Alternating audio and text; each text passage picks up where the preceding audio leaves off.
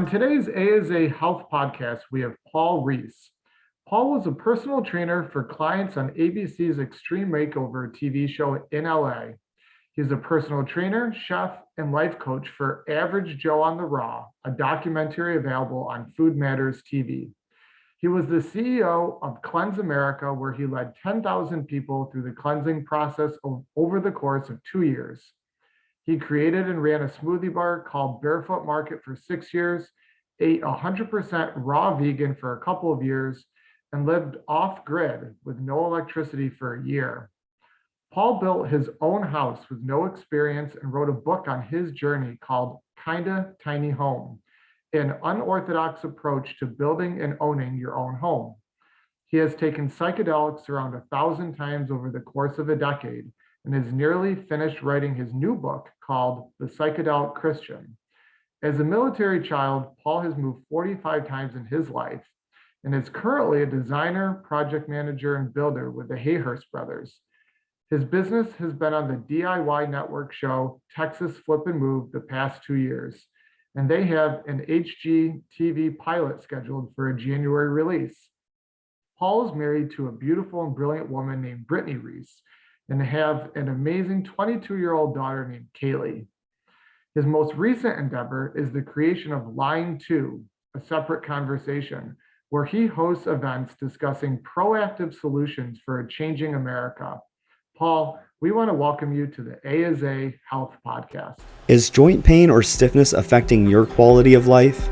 I personally suffered from knee and lower back pain from my training and hobbies. Since I started taking a scoop of Native Path's collagen every day, I noticed a significant improvement in my joint health. I am able to do more things I enjoy with those I love and care about. I personally recommend everyone try Native Path's collagen for joint recovery and for a variety of other health benefits. Native Path has generously offered all of our listeners 15% off by simply entering the code AISA15 at checkout. That's code AISA15 for 15% off your entire purchase. All of Native Path's products are high purity, organic, grass-fed, and clean. So check out all of the great products they have available at their website, nativepath.com.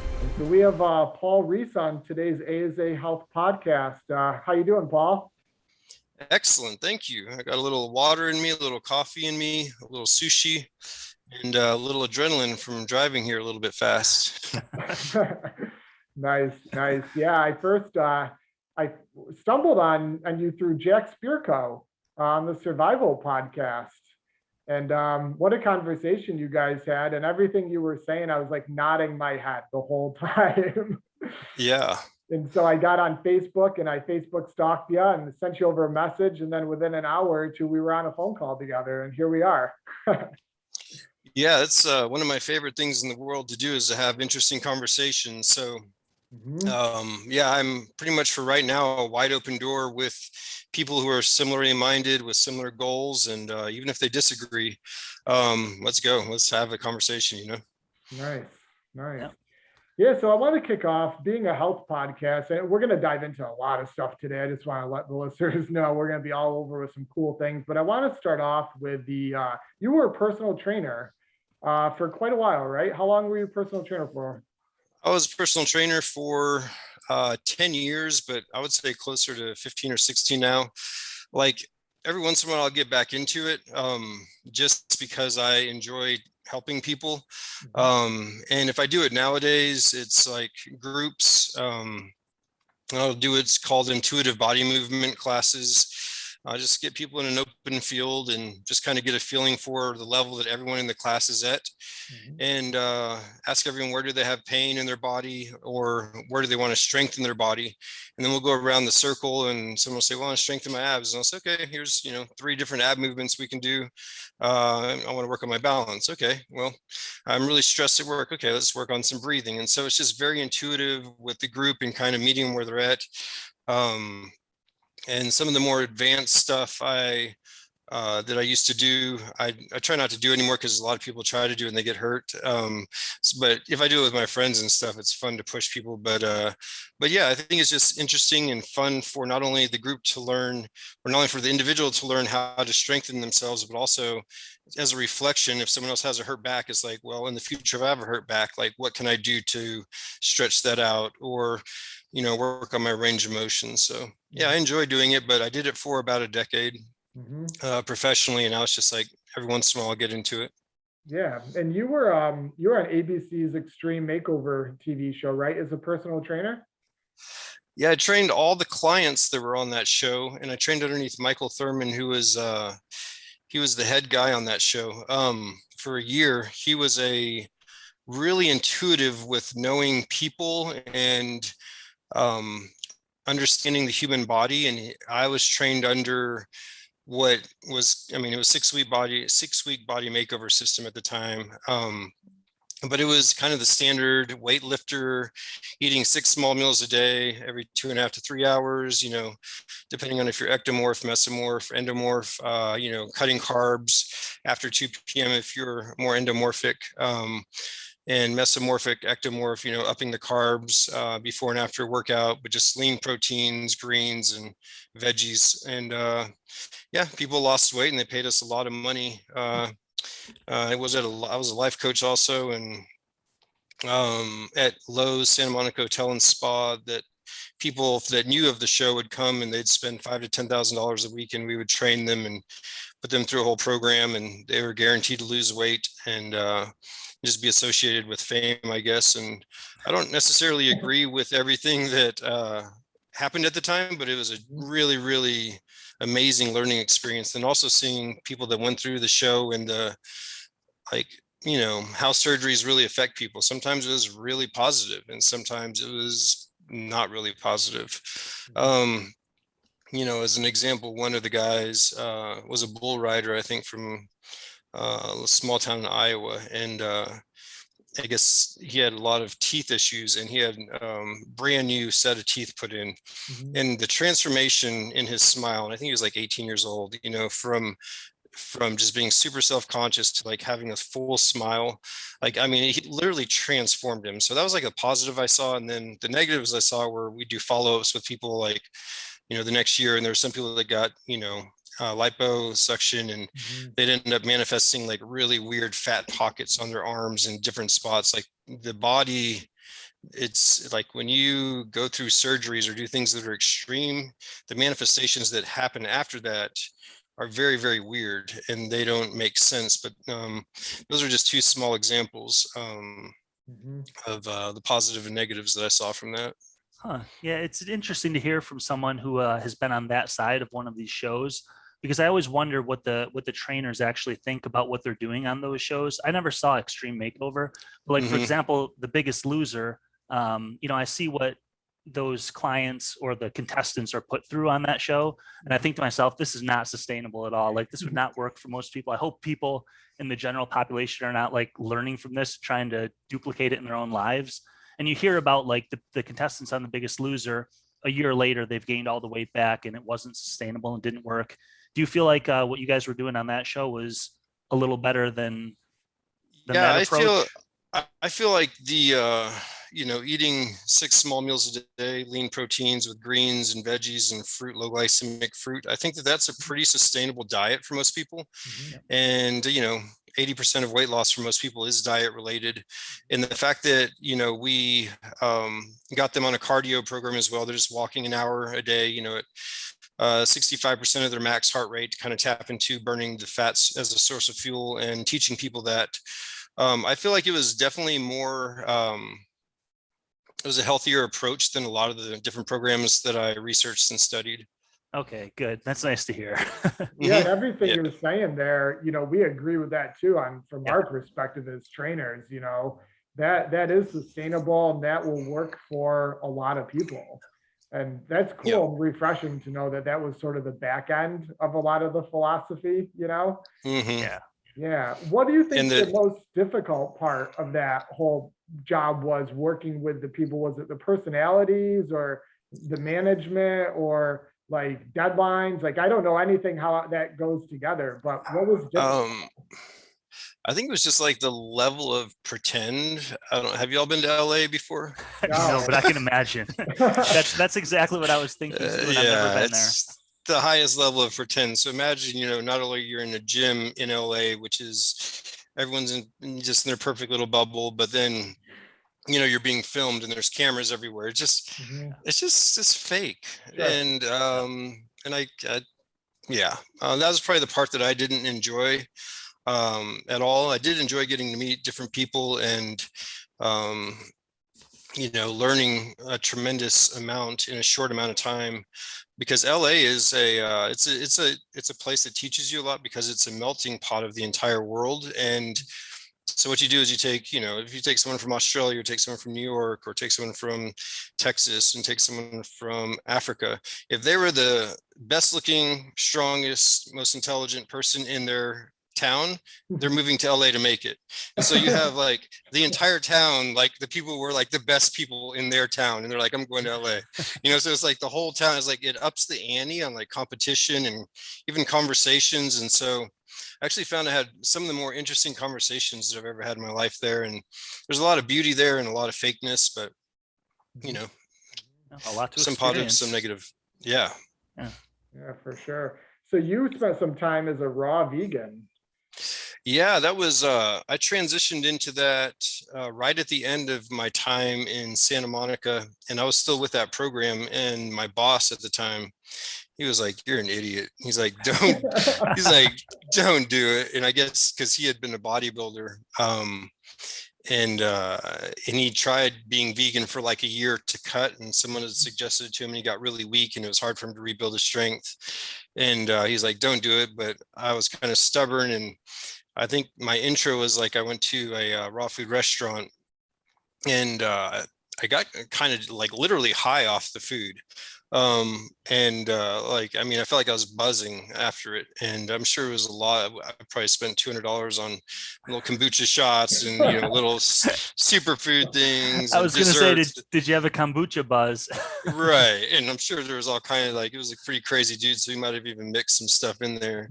Um, but yeah, so I went back to San Angelo, Texas after that. And uh I was going through a really hard time in my life, um and I kind of felt like I just wanted to cleanse everything. Like, and so that's kind of when I went off grid, lived with no electricity, and then went 100% raw vegan for a little bit more than a year, or almost 2 years actually. And then living off grid for about a year with no electricity, just cold showers every day, no lights, super minimalist. And the raw vegan actually taught me a lot. I don't agree with it anymore.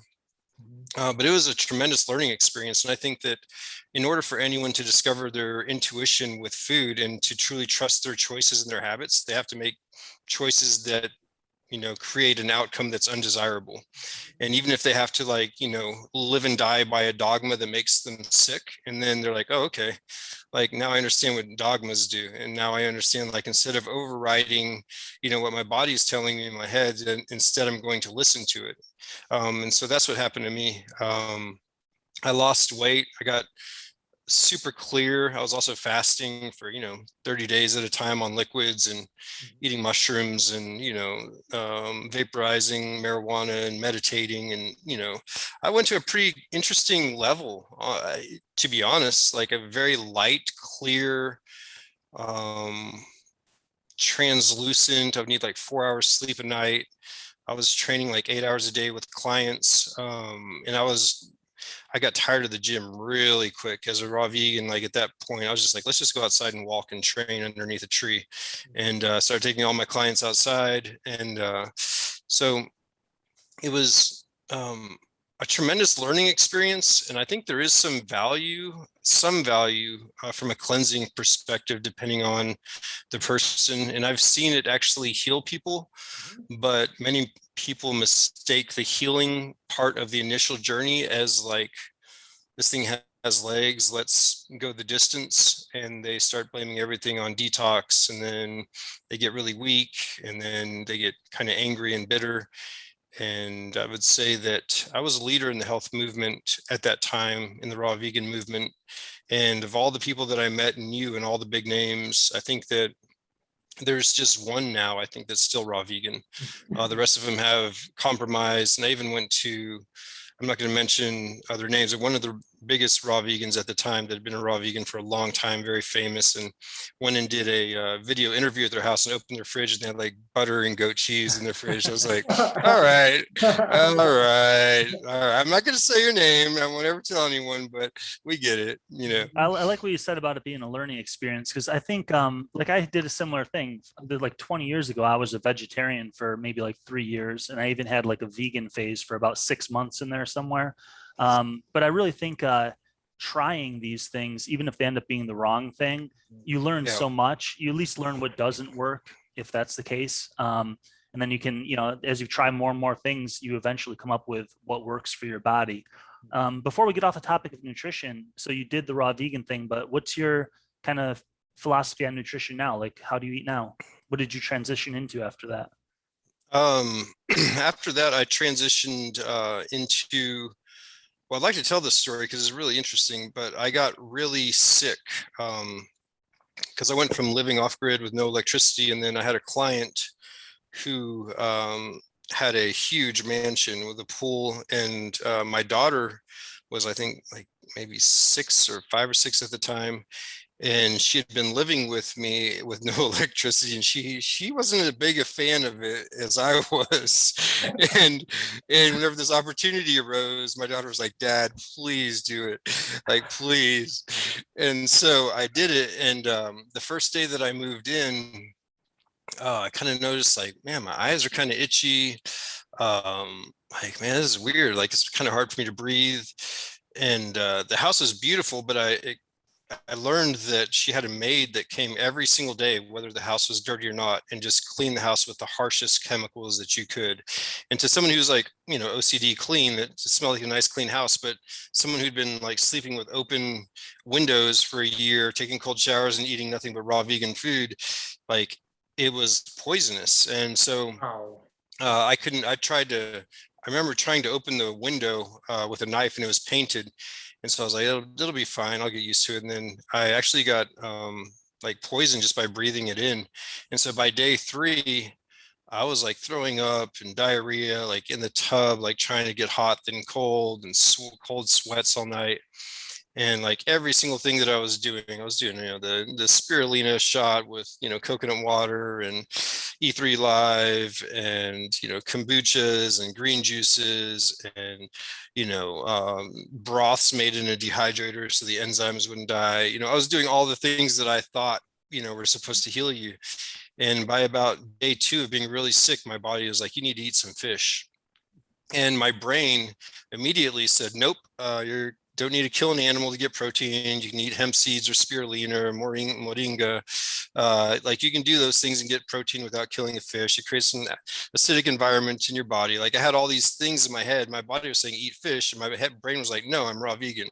It's like, so my personal pride actually because I was the only one in the town of 100,000 that was eating this way, and they did a big news story on me because I came from LA, and so all these people knew me as this person who had this perfect diet. And so I actually had to like call in, like, to go fish from this like restaurant and eat it in the parking lot, like looking around to make sure nobody would see me. And within like 3 bites, my stomach acids started to neutralize, because there was like a metabolic density to the food that allowed for my stomach to kind of be satisfied, and all the liquids I was doing before was just making it worse. And so I kind of, once I was outside the house and ordered that fish, I kind of was like breathing with the windows down. I was like, man, I need to go home and cut open the windows. And so from that point, I ate fish one more time that week, and I was still eating raw vegan. And then I ate it one more time, and the third time I ate it, I felt my energy level, I was super in tune with my body. I felt my energy level go down a little bit. I was like, okay, so for me right now, like, eating, fish can make me feel good and strengthened, but if I eat too much of it, then my energy goes down. And from there,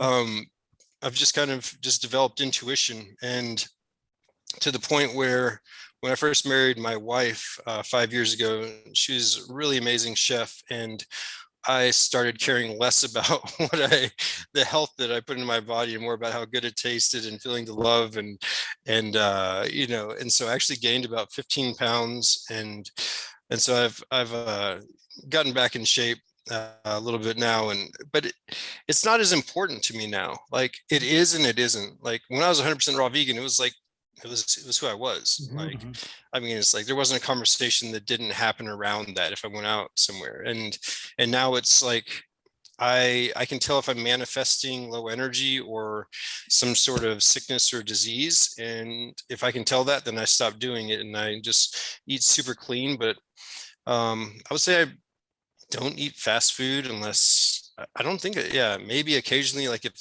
I'm traveling, if I go to maybe Chick-fil-A or like get a taco somewhere, but I don't really do fast food. I try to do a lot of my friends. Like last night we got a community vegetable box. The guy has an amazing garden. You just pay $40 and just big box of, amazing carrots and squash and pears and greens. And then I do a lot of deer, bison. Some of my friends have cows and they process them. And kind of eat just intuitive now, but also just kind of maybe 3 times a day with some small snacks and eggs in the morning and clean, but just really honestly listening to my body. And sometimes in the winter I'll eat heavier and in the summer I'll eat lighter. It's just very intuitive. That's the spot we all want to get to: intuitive eating, knowing what works for your body. And it sounds like a lot of whole food, real food, animals and plants.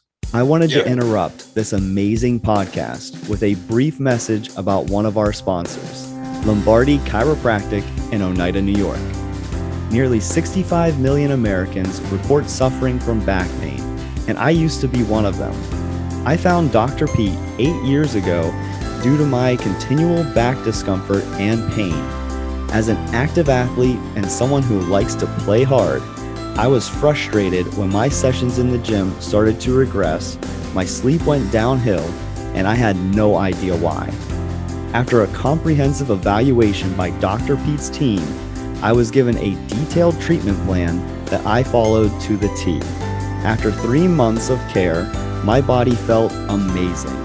As a coach, I understand that if you don't maintain your abilities, you will lose it. And the last thing I wanted to do was lose the great progress I had made.